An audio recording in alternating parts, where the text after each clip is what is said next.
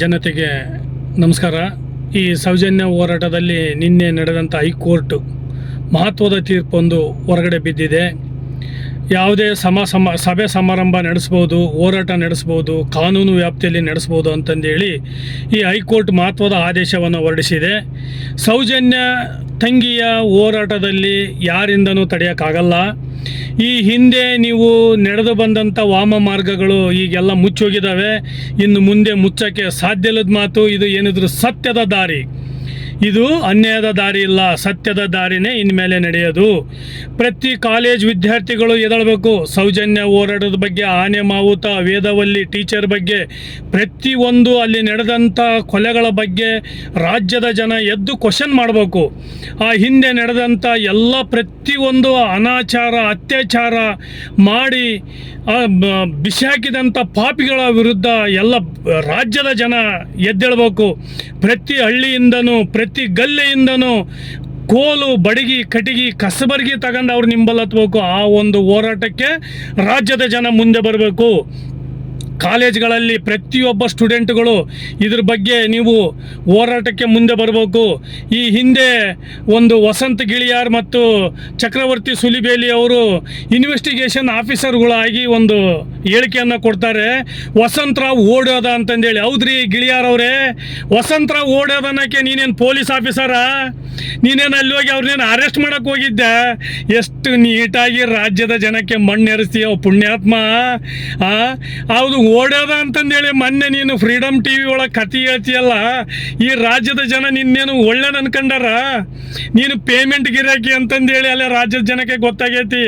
ಈ ದಿನ ನೀನು ರಾಜ್ಯದ ಜನಕ್ಕೆ ಮೋಸ, ವಂಚನೆ, ಕಣ್ಣಾಗೆಲ್ಲ ಮಣ್ಣೆರ್ಚಿರೋದು ಬಿಟ್ಬಿಡ್ರಿ. ಇನ್ನೇನಿದ್ರು ಸತ್ಯದ ಮಾರ್ಗ, ನ್ಯಾಯದ ಮಾರ್ಗ, ಅನ್ಯಾಯ ಎಲ್ಲ ಹೋಯ್ತು. ವಸಂತರಾವು ಯಾವ್ದಕ್ಕೆ ಬ್ರೇನ್ ಮ್ಯಾಪಿಂಗಿಗೆ ಒಪ್ಪಲಿಲ್ಲ ಅಂತ ಹೇಳ್ತೀಯ ನೀನು? ಕತೆ ಹೇಳ್ತೀಯ ಫ್ರೀಡಮ್ ಟಿ ವಿ ಕುಂತು?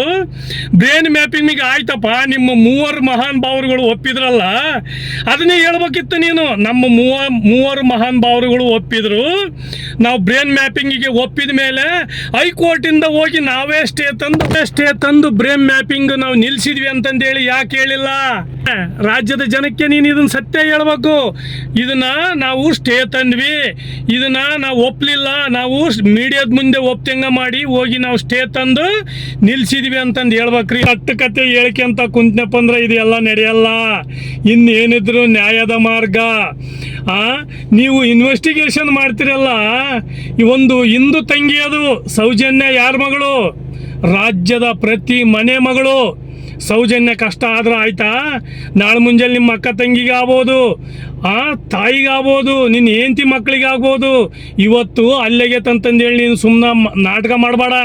ದುಡ್ಡು ತಗೊಂಡು ಜೀವನ ಮಾಡೋಕ್ಕೆ ಸಾಕಷ್ಟು ಐತಿ. ಬೇರೆ ಬೇರೆ ಮಾರ್ಗದಲ್ಲಿ ದುಡ್ಡು ಮಾಡು. ಅವನು ಯಾವನೋ ದುಡ್ಡು ಕೊಡ್ತಾನಂತಂದೇಳಿ ನೀನು ಕತೆ ಹೇಳ್ತೀಯಲ್ಲ ಮಾರಾಯ. ಈ ಕತೆ ಬಿಡೆಯ. ಈಗ ಇವತ್ತು ಇನ್ನೂ ಒಂದು ಮಹತ್ವದ ಬೆಳವಣಿಗೆ ಬರ್ತೈತಿ. ಸೌಜನ್ಯ ಹೋರಾಟ ಯಾವ ರೀತಿ ಆಗ್ತೈತೆ ಪ್ರತಿ ಹಳ್ಳಿಯಿಂದನೂ ಈ ರಾಜ್ಯ ಸರ್ಕಾರ ಗದ್ದ ನಡಕಬೇಕು. ಆ ರೀತಿ ನಡಗಿಸೋವಂಥ ಒಂದು ಸ್ಥಿತಿಗೆ ನಮ್ಮ ಜನ ಹೋರಾಟಕ್ಕೆ ಬರ್ತಾರೆ.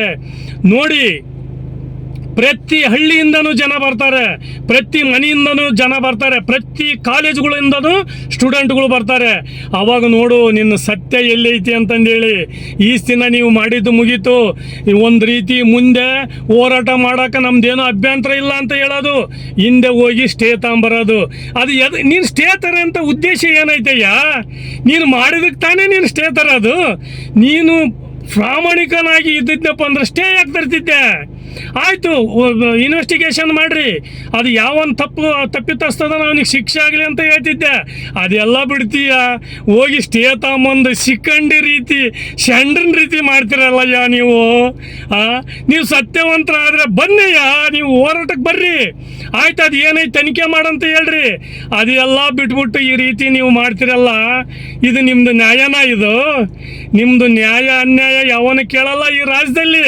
ನಿಮಗೆ ಮಾರಿ ಹಬ್ಬ ಕಾದಿದೆ, ಅತಿ ಶೀಘ್ರದಲ್ಲಿನೇ ಗೌಡರ ಮಾರಿ ಹಬ್ಬ ಕಾದಿದೆ. ಗೌಡ್ರೆ, ನೀವು ಮಾಡಿದ ನಾಟಕಗಳು ಎಲ್ಲ ಸಾಕು. ಇಲ್ಲಿಗೆ ನೀವು ಸೈಲೆಂಟ್ ಆಗಿದ್ದು ನ್ಯಾಯದ ಮಾರ್ಗದಲ್ಲಿ, ಧರ್ಮದ ಮಾರ್ಗದಲ್ಲಿ ಆ ಒಂದು ನೋಡ್ರಿ ಕರ್ಮ ಅನ್ನೋದು ಬಿಡಲ್ಲ. ಆ ನಿನಗೆ ದುಡ್ಡಿಂದ ಎಲ್ಲರನ್ನು ಕೊಂಡ್ಬೋದು, ಆದರೆ ಆ ದೇವ್ರ ಕೈಯಿಂದ ತಪ್ಸನಕ್ಕೆ ಯಾವನಿಂದನೂ ಸಾಧ್ಯ ಇಲ್ಲ. ನಿಂದು ಪಾಪದ ಕೂಡ ತುಂಬೈತಿ. ಇನ್ನೇನಿದ್ರು ನೀನು ಅದನ್ನು ಅನುಭವಿಸ್ಲೇಬೇಕು. ನೀನು ಜೈಲಿಗೆ ಹೋಗಲೇಬೇಕು, ಓದೇ ಹೋಗ್ತೀಯ. ಇದಂತೂ ಕಟ್ಟಿಟ್ಟ ಬುತ್ತಿ. ನೀವು SKDRDP ಅಂತಂದೇಳಿ ಒಂದು ಬಡ್ಡಿ ದಂಧೆ ಮಾಡ್ತಿರಲ್ಲ.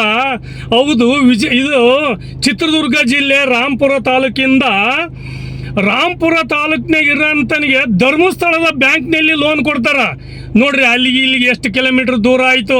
ನಾವು ನಮ್ಮ ತಾಲೂಕೊಳಗೆ ಹೋದ್ನಪ್ಪ ಅಂದರೆ ಆ ತಾಲೂಕೊಳಗೆ ನಿಂದು ಈ ವಾರ್ಡು ಈ ಬ್ಯಾಂಕಿಗೆ ಬರಲ್ಲ, ಆ ಮುಂದ್ಲು ಬ್ಯಾಂಕಿಗೆ ಹೋಗು ಅಂತ ಹೇಳ್ತೀರಿ.